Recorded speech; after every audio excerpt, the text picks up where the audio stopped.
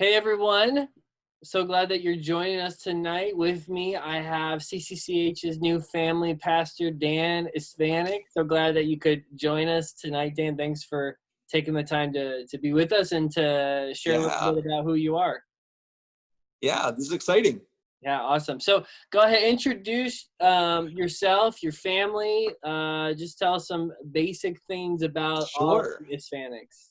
Yeah, my name is Dan Istvanik. So that's how you pronounce it. Kyle did a great job in the intro video the other day, so he got the name right. People kill it for I some reason. It's practiced not it. that hard. I It's had not that to hard. practice it. I don't know. It seemed hard to me. I had to practice it, so I'm getting It better. is actually Czechoslovakian Hungarian, and the exact American translation is Stevenson. So that's there. There's not many of us around. So um, my name is Dan, and I married my wife, Melissa. It will be 20 years in October. So we've been together for about 20 years, met in college. Actually, never dated in college. We were just big groups of friends who hung out in college. And we both left college to pursue kind of what God was taking us. So she ended up at a Christian school teacher in Columbus, Ohio. I ended up as a full-time youth pastor in Cincinnati, Ohio. And we just met back up as friends, started hanging out. And long story made short, we ended up getting married and just been together, loving life. And she's just a partner in ministry. We love doing ministry together. So as you get to know me, you'll find out a lot about us as a family. That she is a kind of a key volunteer in what I do, and she's around quite a bit. Just loves interacting with moms and daughters and female youth leaders, just being available. We have two kids. Jenna will be 16 in a few weeks in July, and Caleb is 12, and he turned 12 in December. So we have two kids, and they're involved as well in the children's ministry and different things that we do. So you'll see them quite a bit around as well. Cool, awesome. So what do the Hispanics do for fun? Like, what do you guys like to do as a family? Well, we live currently, we're about an hour and a half away from the ocean. So Jersey Shore, we hit up Jersey Shore quite a bit, do a lot of beach trips. So we love the beach, surfing, kind of hanging out, want to learn how to surf, but we do a lot of boogie boarding and just hanging out. The three of us, my daughter, my son, and I, we all longboard, skateboard. So I'm getting a little too old for street boarding. My son street boards a little bit, but a couple years back, I picked back up skateboarding and decided to start longboarding again. So we do a lot of longboarding. We just like traveling, adventuring, just exploring where we're at and whatever we do. So wherever we live, we try to be the kind of local tourists. So a few years ago, we lived in DC, and we hit up as much as we possibly could in the time we were there. All the Smithsonian's. Right now, we're living outside of Philly, so we've hit up, all kinds of different places around here. We just have a lot to do one-day trips, just checking out stuff and just being the local tourist. So that's a lot of what we do, and just spend time a lot of times with family, just hanging out, doing fun stuff around the house. Very cool. That's awesome. Well, you'll have a lot of opportunities to explore different areas of Chicago when you guys move here. So lots Yeah. to see, lots to experience for sure. So so speaking of Chicagoland area, what you'll realize pretty quickly is that we're we'll use the word passionate about our sports team. So we want to be able to welcome you in with loving arms, but we do have some specific questions about the teams that you like to root for or cheer for when it comes to any professional sports, college sports. And even though we may not have any of those things anytime soon, we still got to know where your stance is at on some of these teams. Yeah, we were in Kenosha, Wisconsin, when my daughter was born. I remember another team a little bit farther north of you guys that was pretty passionate, so I won't bring them up. But I grew up in the Northeast, so my teams are kind of split between Northeast and the Midwest, where my wife's from, and my mom and dad are from. So pro sports is Yankees and Giants. Really? Okay, so Yeah. real quick. Yeah. People know about me and people judge me for it too, but I am a diehard Yankees fan. Yeah. So growing up in the Northeast, that was kind of, you either had to root for the New York teams or the Philly teams, and the Philly teams were always pretty bad. So, but in basketball, we were in Ohio during the LeBron years, so we're still Cavs fans. Gotcha. Which is painful. But honestly, Sundays are so busy that our big day is Saturday for sports. So we're actually far more college sports. Sure. So when NAACP, or the NCAA March Madness comes on, we are all at the basketball there. But Saturdays for us is Buckeye football. So we are huge Buckeye fans. My son's room is Scarlet and Gray. So it's all Buckeyes all the time. So, because Sundays are so busy, we actually have just spent a lot of time when we are home. Saturdays is our football day, basketball day. Very cool. So actually I played 6 years of soccer, 5 years of basketball. So my son's following in my steps. He's playing basketball and soccer as well. So we do a lot of our Saturdays are dedicated to that as well. Yeah. Go to see him play games and all the practices, stuff that happens throughout the week. Very cool. Very cool. Well, in Illinois, you will, especially at CCCH, I know of at least a handful of families who bleed crimson red or is it scarlet red and gray, whatever. Scarlet and gray. Yeah. It doesn't. I don't bleed it. So, but you'll meet some. They'll welcome you in while everyone else is hounding you for having all that Northeast stuff in you. They will welcome you with loving arms. So. So just want to again hear a little bit about your personal story of how you grew up, how you came to know Jesus as your Lord and Savior, how he's kind of changed your life, even your desire to go into ministry. As I've shared before with our church, you've been in student ministry and family ministry for over 25 years. So you've stayed with it, and so love just to hear your story of your life with Jesus thus far. Sure. Grew up in a pastor's home. So grew up in and around church, grew up going to church, made an early decision for Christ at a very young age. But really honestly didn't really start claiming my own faith in probably about 5th grade when I was baptized. And, continue to kind of pursue Christ in kind of a new way, 5th grade through, the middle school into the high school years. About 10th grade, I was actually going to Christian school at the time. We had a spiritual emphasis week at chapel, and a speaker was talking about giving your life to Christ and dedication, just really dedicating your life, being called to ministry. And so I stepped forward in 10th grade at a Christian school chapel and felt like God was doing something in my life. I didn't know what. And I had 2 godly men in my life on staff. There was a Bible teacher and a history teacher at my Christian school that started just kind of really leaning into me during those years, and just really saying, hey, we see what God's calling you to. And we see that God's calling you to ministry. And I was like, no, I don't think so. And I really wasn't sure about that. But through their prayers and their kind of continued mentorship, discipleship, I chose to actually go into Bible college and then took a year off. I went to 1-year Bible college, took a semester off to work. During that time period, at 19 years old, I started helping a small church in the area at 19 years old, helping them do their first ever youth ministry. So I've been doing it ever since, working with students. So I went back to Bible college, continue on through the next 3.5 years of Bible college, finished up, and as I said, headed out to Cincinnati, Ohio for my first full-time youth ministry job, and have continued to do it ever since. So 26 years of doing ministry. 22 has been full-time working for a church. And so God's been really great at just really continue to calling myself. And then as a family, we feel like God's called us together as a family to do ministry and to live out, his calling. That's awesome. That's great. And, just in my time of getting to know you, I feel like you shared that, and even just some of, we had reference calls in this interview process and able to hear from some of those places that you've had prior experience, and all of them have said the same things, that your family is in it together.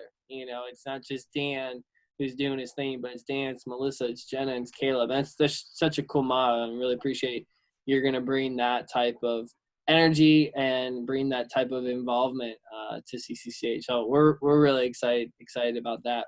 So Dan, a lot of your time in ministry, you've worked with different age groups, different student groups, different parents, but you've had a specific focus with junior hires. Right. Even your role here at CCCH, part of your main responsibility is working with our 5th through 8th grade ministry. So what's your favorite thing about working with junior hires? Yeah, I love middle schoolers, what I call middle years. 5th to 8th grade, 5th to 9th grade is going to be kind of my hotspot for, almost 14, 15 years out of the 26 has been working specifically with 5th to 8th graders. And what I love about them is they're just so passionate, so fun, but it's faith in the raw. It's an opportunity to really see authentic faith happening, authentic faith formation. You'll probably hear me say it, probably get sick of hearing me say it, but I share with a lot of people that a lot of the studies say that 85% of people who accept faith do it at the age of 14. That there's this 4 to 14 window, the children's ministry through elementary into late elementary into middle school is the time for faith formation and faith choices. So by the age of 14, 85% of people accept faith for what their faith's going to be for a lifetime. Yeah. So that's what I love. I love being at that hot spot of faith formation, that hot spot of being able to share faith, seeing kids claim their own faith themselves, moving on from just maybe a mom and dad's faith or a church faith to saying, this is my faith that I'm going to pursue for a lifetime. And I just love being a part of that. And that's been kind of a big part of my passion.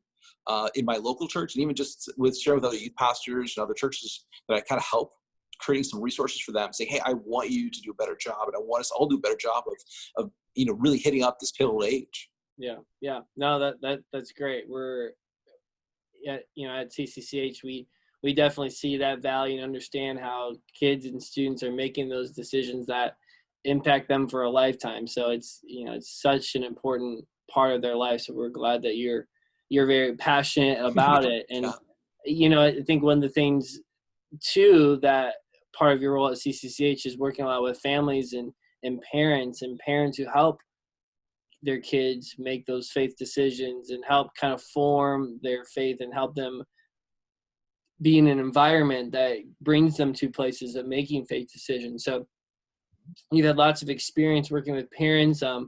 I'll link to this in the video when we post it, but you also do a lot of blog writing, resource writing for parents at a couple different website, Ministry to Parents, as well as M2M. Is that correct? Yeah, ministrytoparents.com.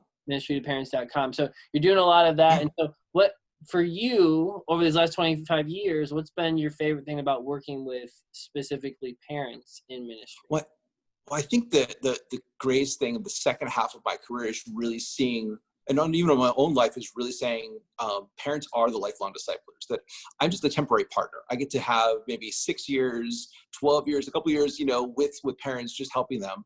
But honestly, at the end of the day, the parent is the lifelong discipler.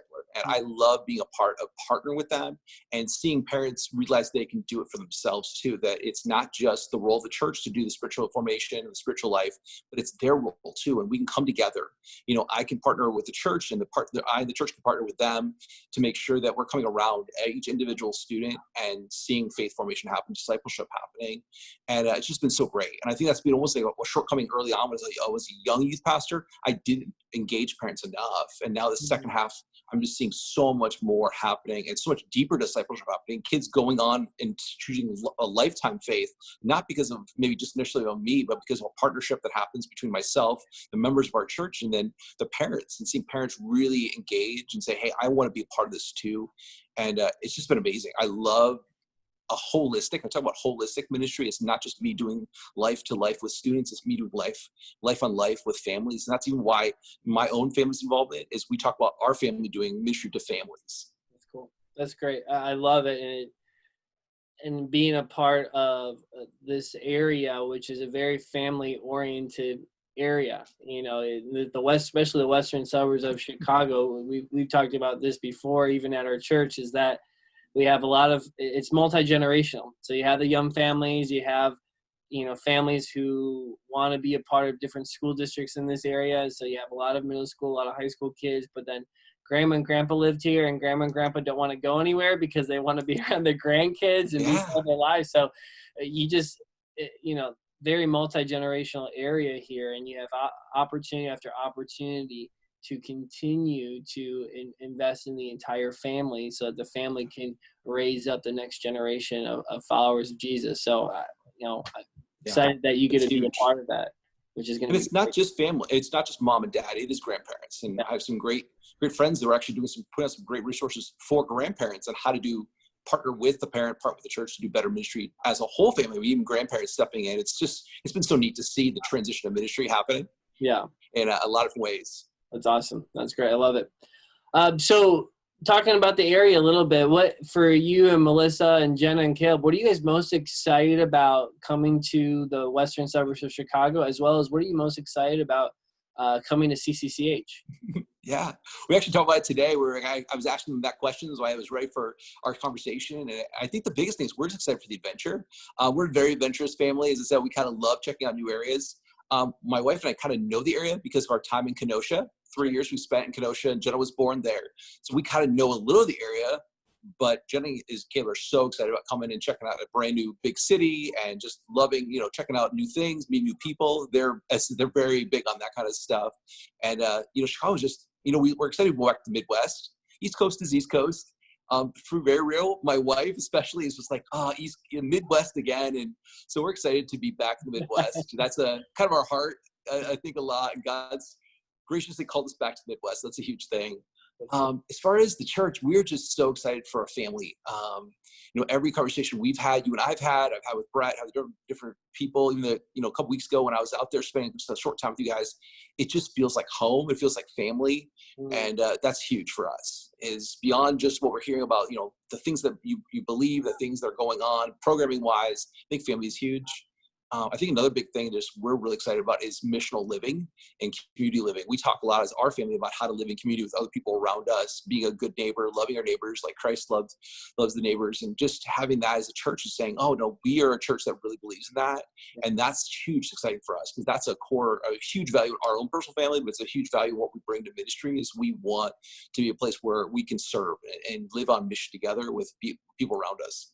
That's great. That's great. Yeah. You're jumping into a church who has that heart. And, over these last few months, I think that heart has really shown.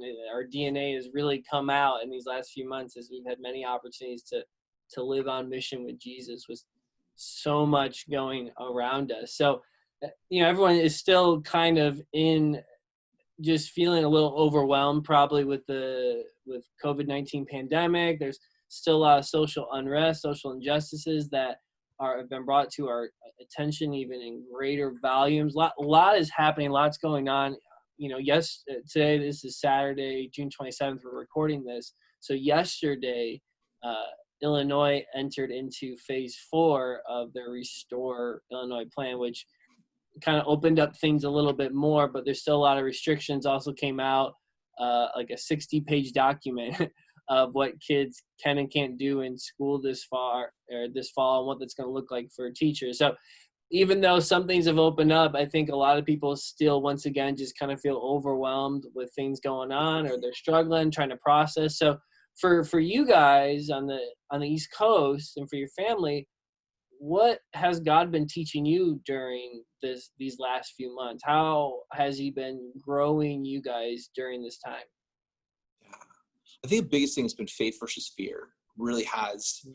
Just even with all of us transitioning into new ministry, my wife being laid off, my kids being out of school. The biggest thing has just been this prayer of ours as a family together is, really resting in faith and being able to go to sleep at night and letting the anxieties, the panic, the fears maybe that so many families, so many kids are feeling, and just knowing that we could rest, that we can have faith. And that faith can overcome fear, and that fear honestly is the absence of faith. That's what we've been talking about a lot as a family, as whether it be unrest in the streets, unrest in health, unrest in maybe the economy, things like that, or even just in our own home and our own life. We've just really been taking a lot of time to rest and to take back and say, look, we're going to live in faith. We're going to let our faith take over our fears, take over our anxiety and worries. And I mean, if that's a message I can, share with all the families at your church as well, is as we're coming out of this, hopefully very soon, and we're moving to next thing, it's not over. But God has us, and that we can walk in faith.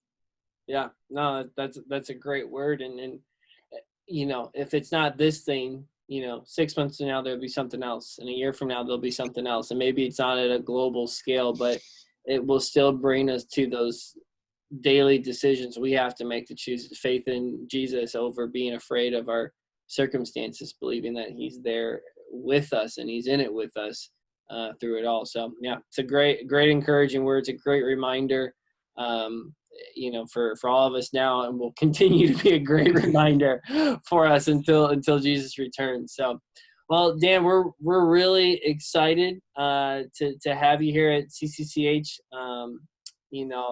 Like I had shared before, in about a week and a half or so. I'm sorry, not be next week at this point. Yeah, you guys will be out here, and we'll have some details out for an opportunity for parents to get to meet you and Melissa.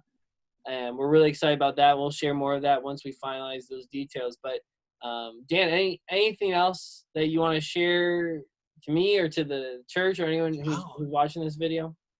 Yeah, we're just so excited, and we're open and we're excited. So if there's anybody who wants to follow us on, any of the social media, or just start kind of checking in on us, you feel free to Facebook stalk us, Instagram stalk our family. Yeah. Just get to know us from a distance before we get there. But yeah, we're looking forward to next Sunday, coming out, hanging out for a few days, and just kind of meeting everyone and getting kind of just more used to everybody else. So Yeah. look forward to it. Very cool. Very cool. And we'll make sure we tag you guys in the post so that people can follow you and friend you and go on from there. So, well, Dan, this is great. Thank you so much. And we can't wait to have you and Melissa and Jenna and Caleb here at CCCH later this month, and as we begin the school year together. So thanks again, Dan. Really appreciate it. Yeah. Thanks for talking.